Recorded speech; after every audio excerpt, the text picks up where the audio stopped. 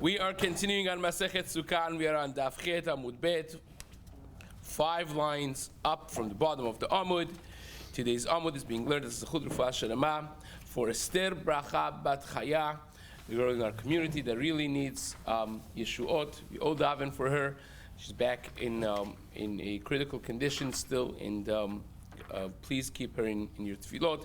Also for Nisim ben Miriam, and especially has been dedicated for Rachel Simcha Bat Nahid, that should have full recovery. Refuah Shelma Bezat Hashem. Amen.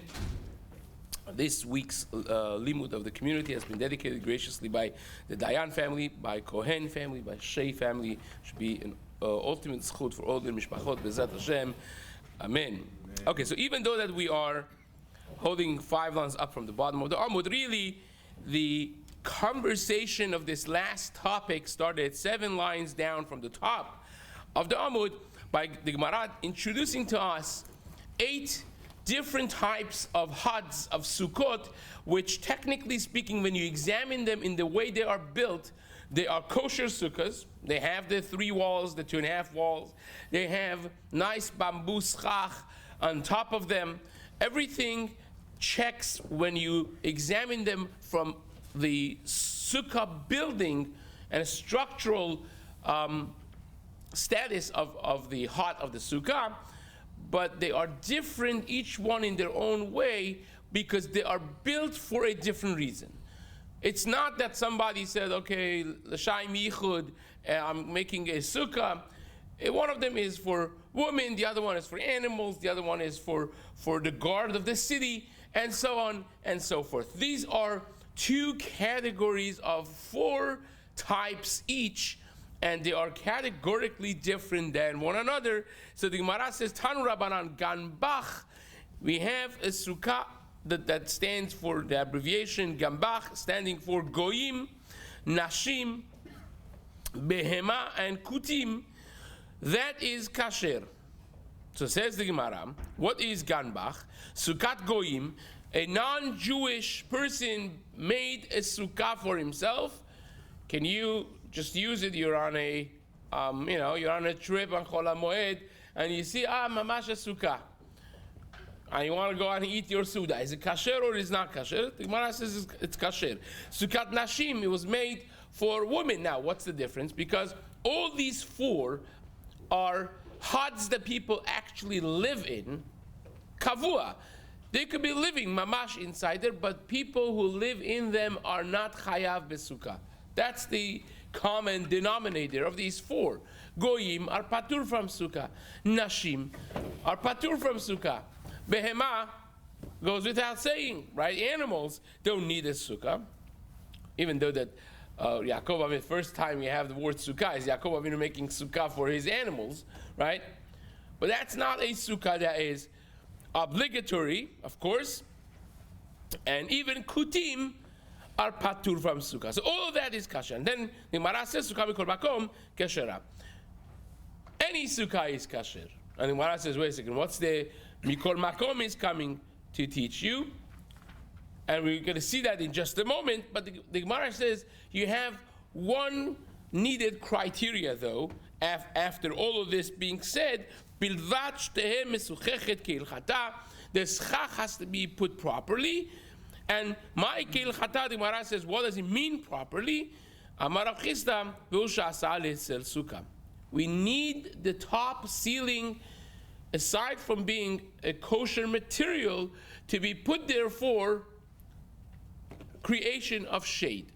Now, we will see many cases in the course of our journey through the Masechta, things that are not necessarily built, schach is not necessarily built properly. We'll see those. So the schach has to be built properly, put to create shade, and that makes the entire thing kasher in all of these 4 scenarios. And the Gemara then says, what is this mikol makom business? You told me the 4 sukkah ganbach, and then he says sukkah mikol makom, the 5th item. Gemara says the 5th item is not a single item, but it's coming to include another entire category of huts that also would be kasher. La'tuye sukat rakbash. Another abbreviation, acronym for sukat Rakbash, ro'im, resh is for ro'im. That means when you had shepherds doing their job during the whole day, watching the flock in the out space under the sun, well, they needed protection from the rays of the sun. They would make themselves a sukkah. Now, it's not kavua.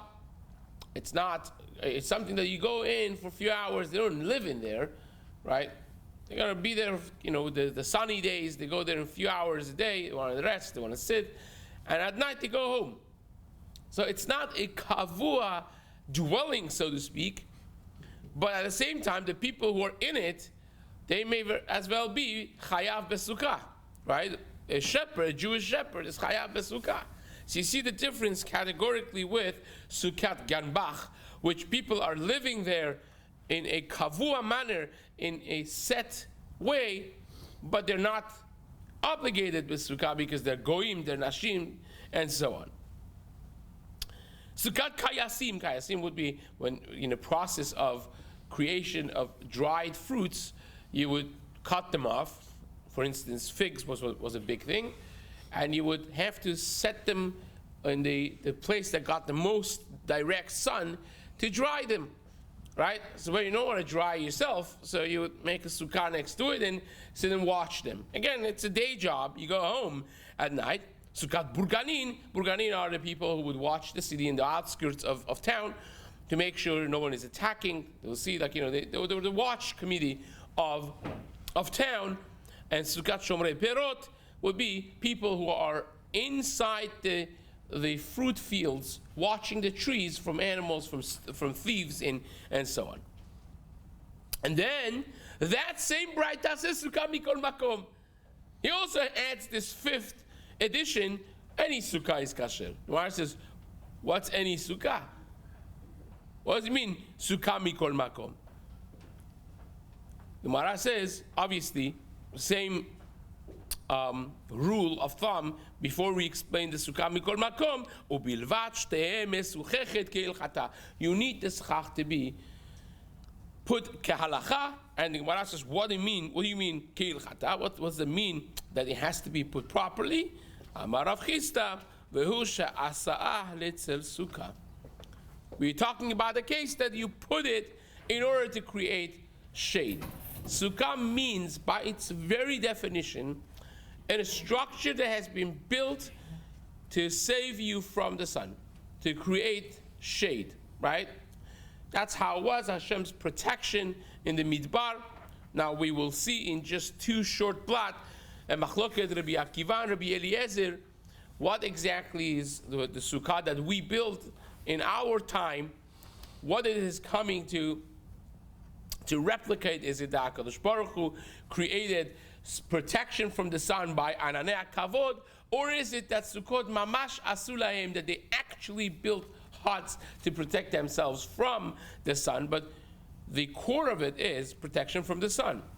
So therefore it has to be built in order to protect you from sun by creating shade. So then the Gemara says, according to this second one, what is Sukkah Mikol Makom? So you told me Sukkot Rakbash, fine. All these people, the shepherds and the fruit watchers and the police watch, the town watch. But then he says Sukkah Mikol Makom. What is that coming to? The Gemara says none other than Sukkot Ganbach. What we learned just a minute ago of the people who live in the huts, but they're not chayav besukkah. Sukkot Goyim, the sukkah of a non-Jew, a woman, behema, and kutim. So what we end up with is both of these braitas, which are Tanaic work, they are saying the exact same thing in the different order. One of them says this category of sukkah is kasher, and this is also kasher.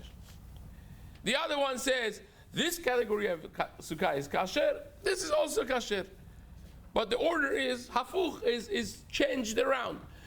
So the Gemara is going to ask, why do you have two braitas that the order is different?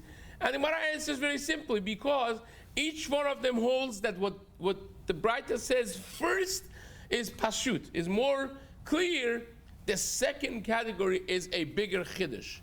The second category is the novelty that not only this is kasher, but the second one also is kasher. And one is going to explain why each one of them may be simpler than the other. So says the Gemara, and this is where we're holding 5 lines up from the bottom of the Amud. Hai Tana de Ganbach, Ali Maleh Ganbach. The first Braita that we learned, who stated the Sukkah of Goyim, Nashim, Be'ema, Kutim is kasher, and said that first, that's more important for it. It's stronger. It is more pashut that it is kasher, mishum dekvi, because the sukkah is built for an actual dwelling. And we need dwelling in sukkah, right? 7 days, you take away from your dirat keva, from your house, and you go live in the sukkah. So it is more pashut for me to tell you that a place that was built for living is kasher, even though that a goy built it. That I don't care. We'll see that in just mamash a moment when we start the second Mishnah. But it is built and structured for a living. Whereas the sukkah that was for people who are catching birds, right? Or they're watching animals for 2-3 hours a day, that's a very, very temporary. It's not for dwelling. It's just you go there as a shade, and it's like a gazebo type of thing. You go eat your lunch and you get on with life.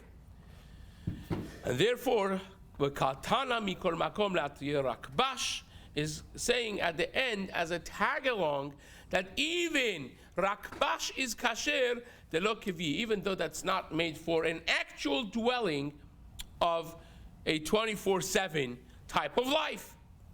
The high Tana, but the second Braita says no, that's not the way to look at it. I think it's more pashut than rakbash is kasher. The Sukkot Ro'im, the shepherd's hut, right? The town guard, because the town guard and the shepherd and the bird catcher and the fruit watcher, all those people are regular Jews who come to Amud Yomi. They're chayav b'mitzvat sukkah, right? Because rakbash, the b'nei chiyuv aninhu, they're chayav b'sukkah. So it's more pashut that is going to be kasher because it was built for somebody that's going to be chayav b'sukkah versus sukkah of behema. You built it for animals, shkoyach, right?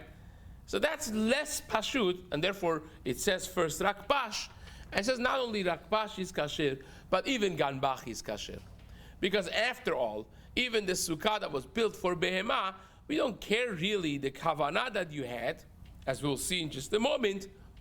We care that when you examine the sukkah, it has 2.5 walls, and the schach was dropped properly. It was l'shem schach, l'shem sel, and it has silata meruba mechamata. We have to check all the boxes. If you check all the boxes, I don't care if the purpose of it was behema.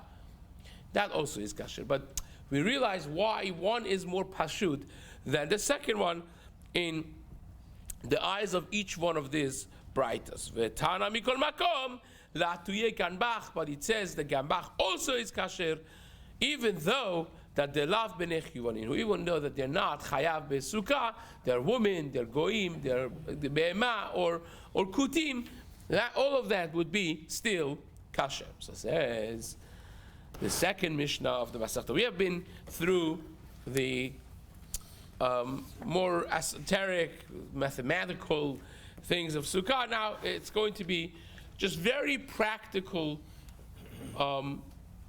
building Sukkah. Do I have to build a Sukkah for a Sukkah itself? Or maybe if I have a thing that I have year-round, is kasher maybe. I don't know, maybe it is, maybe it's not. Do I have to build the Sukkah lishma? You know, we'll discuss this in one of the rate bites maybe. There's a whole machloket whether or not you could make a bracha on building a Sukkah. Do I have to make, or can I make a bracha when I am actually building my Sukkah? Is that a mitzvah? Is that not a mitzvah, the building? Or is the hechsher mitzvah? Do I have to have kavanah that I am building a sukkah? Or can it be built for any reason so long as it is kosher? You see how this ties to the last Gemara that we just learned? And this happens to be a machloket bet Hillel and bet Shammai. Says the Mishnah. Top of Tet Amud Aleph. Sukkah yeshana bet Shammai poslin u bet Hillel machshirin. If you have an old sukkah, what does an old sukkah mean? Rashi says, old sukkah means she'asa'ah kodem lechag 30 yom. You built it more than 30 days before Chag HaSukkot. So it wasn't within 30 days of Sukkah, it was before. And you didn't say that you're making this for Sukkot.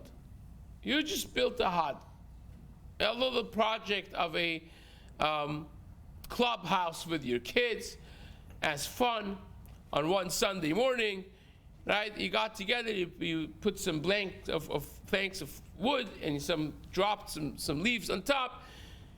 You had no specification this is for Sukkah. Is it kasher or not? But Shammai says that's pasul. Why is it pasul? Let's explain this. Now, as we'll see in just a moment, even Bet Shammai agrees that even if you stand on Rosh Hashanah of last year, or for that matter on Pesach, 6 months before, and you say, I am building my next year's sukkah right now, right? I know the next 6 months is going to be very busy. I'm not going to have a chance to do it. So here I am, building the sukkah for 6 months from now. And you build the sukkah, l'shem sukkah, intending for sukkah, that's kasher. Nobody disagrees that that's kasher. Everyone is in agreement. If you didn't say that I'm building this for sukkah, you just, as I said, one Sunday afternoon, project with your kids, you're making a clubhouse, right? And it happens to be a kosher club because you put your schach of sukkah, you take it out and you drop it, but you had no intention necessarily for sukkah, and it's Motzei Pesach, right? It's like, there's still school's off. You did it, that's pasul. Why is it pasul? Because you had no intention for sukkah. But if you did this within 30 days before Chag HaSukkot, then it's kasher. Why? Because anything you do within 30 days, you automatically have in mind, it's stam da'at. Your unexplained mindset is that I'm doing this for sukkah. So even though that you didn't stand there and say, Lashem Yechud Kush, it means you do it for sukkah anyways. Now, why is that? Because there's a Gemara in Masechet Pesachim, Daf Vav. The Gemara says, Shoalim v'dorshim be'ilchot ha'chag, 30 yom kodem ha'chag. That 30 days before the Chag, you already are obligated to ask and darshin about the halachot of Chag. Actually, Maran Bet Yosef discusses this, whether or not this applies to all the Yamim Tovim or only Pesach. The Gemara says it in Masechet Pesachim Daf Vav, as we mentioned, right? So the Maran in Siman Taf Chaf Tet, in the very beginning of Hilchot Pesach, discusses this. And Maran says, well, it doesn't necessarily require that much time to learn the halachot of other Yamim Tovim, because Shavuot, there is no halachot of Shavuot. What's halachot of Shavuot? Nothing. It's Hilchot Yom Tov. Shavuot doesn't have any mitzvot of the day. It's just a Yom Tov. You have to know Hilchot Yom Tov, fine. So you have to brush up with Hilchot Yom Tov and Zeu. That's it. And says Maran, Chag HaSukkot doesn't need what halachot is there. Right now, if you take a look at the Shulchan Aruch, you have tremendous amounts of halachot when it comes to Chag HaSukkot and Arba Minim, right? One of the authors just this past year gave me a set of Sfarim he had written, 4 chalakim, each one on one sefer on Etrog, one sefer on Hadas, one sefer on Arava, one sefer on Lulav, right? You thought it's Etrog that's complicated. No. Hadasim are much more complicated than Etrogim, right? To choose a proper Hadas. So Maran says that's not necessarily right. You want to posek, you want to learn halachot, fine. But for a regular citizen, Most etrogim are kasher. Most hadassim and aravot, well, this is most lulavim are kasher, right? Maran says. It's very easy to find kosher arba minim and what's sukkah. You just put shnaim kir chatam shlishid afiru tefach. You put some planks of wood together and you drop some leaves and you're good to go. What? Like 30 days you get? Says Maran Shulchan Aruch, Pesach is very complicated. Pesach, you have to know how to get rid of your chametz, how to do bedikat chametz, how to do mechirat chametz, how to make matzah. All is tarovet chametz. Right? This is very, very sophisticated, right? The halachot of Pesach is very common. Hagalat kelim, right? Hechsher kelim is 4 different masechtas in Masechet Pesachim and many different areas of halakha in Hilchot Pesach. Except for you need 30 days. So Maran says this 30-day business really is applicable to Pesach, not necessarily to every Yom Tov. But at the same time, Rashi over here seems to say that we are studying and aware 30 days before about the halachot of the Chag already. By the way, Sha'alim v'dorshim be'ilchot Pesach 30 yom kodem ha'Chag. What's 30 days before Pesach? Purim. Right? One of the things that people forget to do on Purim, aside from Mishlach Manot and Matanot La'Evyonim and getting enough beverages of some types, right? And Seudah is actually learn a few halachot of Pesach, right? So it's good for Rabbanim to get up in the morning of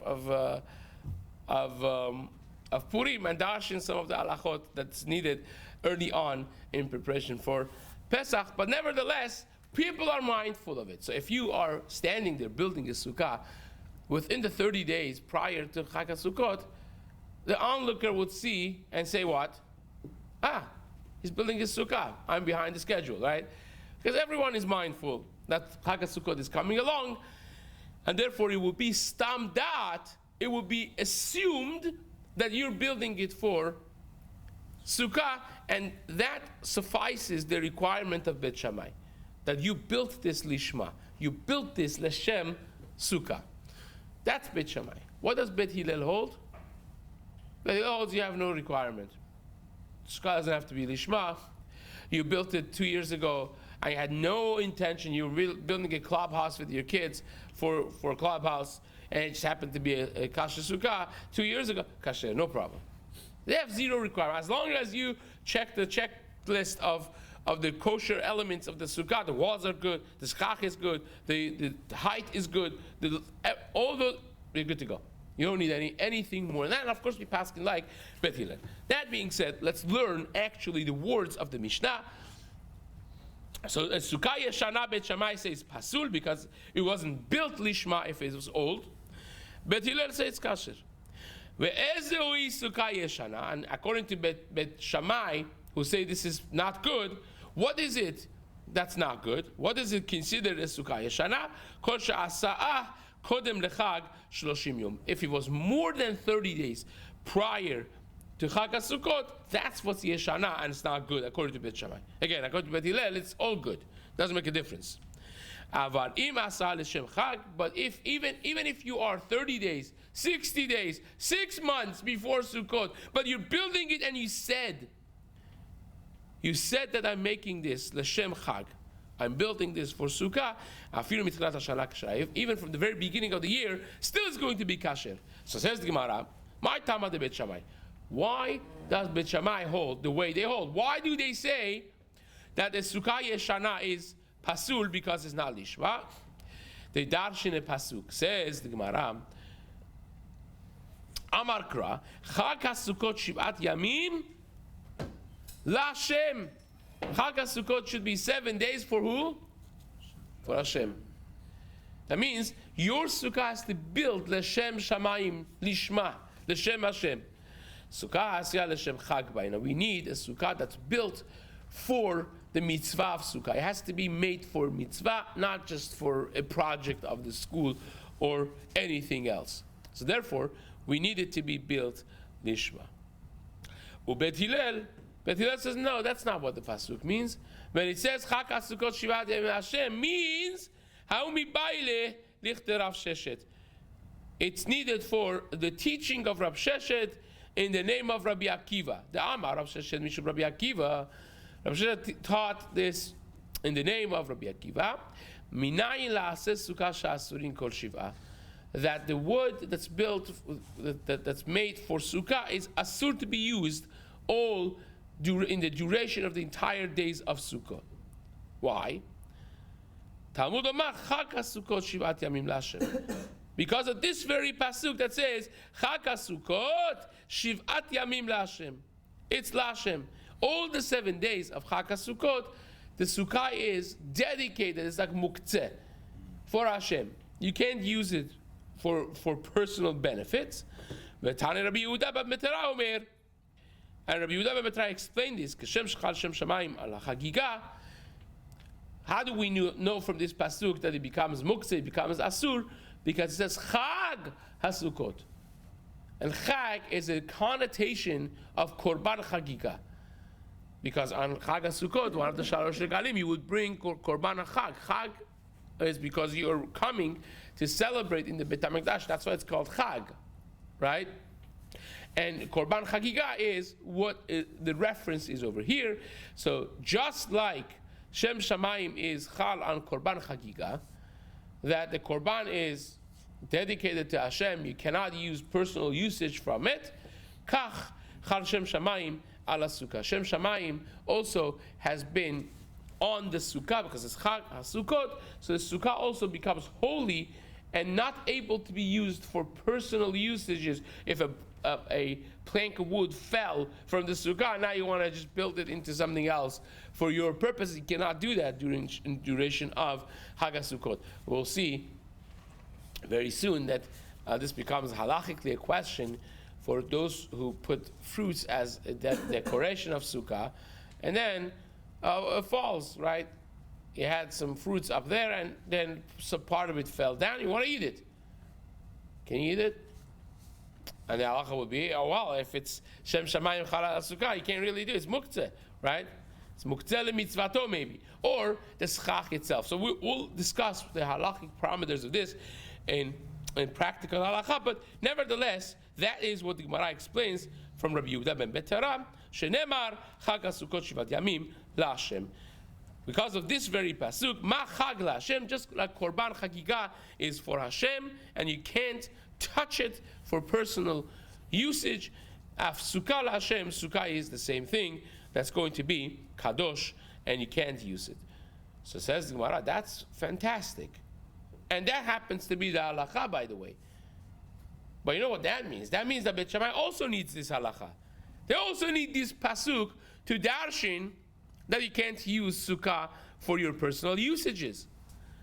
Beit Shammai nami mibai le'achi. Beit Shammai also should need it for this. And the Gemara says, yes, you're correct. Enachinami. Correct. They need this pasuk also. So how do they learn that you need to build the sukkah lishma? Not from here. The Gemara that just retracts the entire thing. Gemara says, Ella, my tamai hu de Beit Shammai. So how do they know that you have to build sukkah l'shem shamayim? Because of a different pasuk. K'tiv kara charina. It's a different pasuk that's written. Chag HaSukkot ta'aseh lecha shivat yamim. Now this is one of the only psukim that speaks about asiyat HaSukkah. I believe the main word in this pasuk is ta'aseh lecha. This pasuk, out of all the psukim about Chag HaSukkot, talks about actual building of the sukkah. Chag HaSukkot ta'aseh lecha shivat yamim. You should build Chag HaSukkot for yourself for 7 days. So, what does that mean? The Gemara darshins this according to Beit Shammai in rearranging the words. It's as though it says, Sukkot ta'aseh chag shivat yamim, right? That means it's like the chag. It's for the chag. Sukkah ha'asuya leshem chag ba'inan. It has to be chag ha'sukkot ta'aseh. Sukkat ha'chag ta'aseh. It has to be a sukkah that's built and clearly indicated that it is usable for the chag. You can't just make a hod 6 months before and decide 2 days before Sukkot, I'm going to just use this for my sukkah. It can't be like that. Chag HaSukkot Ta'aseh means Sukkat HaChag. You have to be building. It has to be a sukkah that's dedicated for the Chag, and that's going to be kasher. Ubet Hillel ha'u mibayle le'osin sukkah becholo shel moed. Says the Bet Hillel, no, I need that to know that I could actually build a sukkah in Chol HaMoed. What do I do if I come to town to visit my in-laws on Chol HaMoed, and does it have to be built from before Sukkah? Can I make something on Sukkot itself in duration of Chol HaMoed? And says the Bet Hillel, you see from here that you could actually build a Sukkah in Chol HaMoed. So says the Gemara, Ubet Shammai sevira lehu k'Rabbi Eliezer. Bet Shammai hold that you cannot make a sukkah in Chol HaMoed. Can't. They hold like Rabbi Eliezer. The Amar enos in sukkah becholo shel moed. Can't build a sukkah in Chol HaMoed. So says the Gemara, Ubet Hillel let lehu de Rabbi Yehuda. Bet Hillel, they have to deal with this shita of Rabbi Yehuda Amar Rav. Damar Rabbi Yehuda Amar Rav. Asa'ah mina kosin umina nimin umina gardin psula. We're talking here about tzitzit, right? And Rabbi Yehuda Amar Rav holds that if you are making the garment of tzitzit, and the seamstress, the tailor, left some kosher strings, right? The material that you need for tzitziot, for the strings, for the strings, for the fringes of the tzitzit, left some of it on the corner actually, right? He's sewing the lip of the corner, and he left you a long string there, and you want to use it for tzitzit. And says Rabbi Yehuda in the name of Rav, that's pasul. You cannot use that for tzitzit because it was not left, it was not entered in the garment lishma. Your tzitzit has to be l'shem mitzvah tzitzit. You have to put it in l'shem mitzvah tzitzit. And Bet Hillel also agrees with that. So what is the difference, says the Gemara, between tzitzit? It has to be made lishma, right? You've seen those who make tzitzit. Last year, a lot of us here were doing this for Eretz Yisrael, the situation that people were in Israel, and they needed talit katans and so on. A lot of us participated in making that. And you were taught, they say, l'shem mitzvah tzitzit. You can't just do it. You can't just have ketanim do it. It has to be lishma. It has to be l'shem mitzvah tzitzit. So what's the difference? A sukkah, the psukim especially seem to indicate that they're mamash identical, these two. So how is it that Bet Hillel are okay with a sukkah that's not built lishma, but when it gets to tzitzit, they're very much in agreement with the teaching of Rabbi Yehuda Amar Rav that it needs to be put lishma? And that's going to be the discussion, which is fascinating discussion of what things in the mitzvot need to be lishma, and what things don't need to be lishma, which Bezrat Hashem will continue and learn in the days to come. Chazaku Baruch.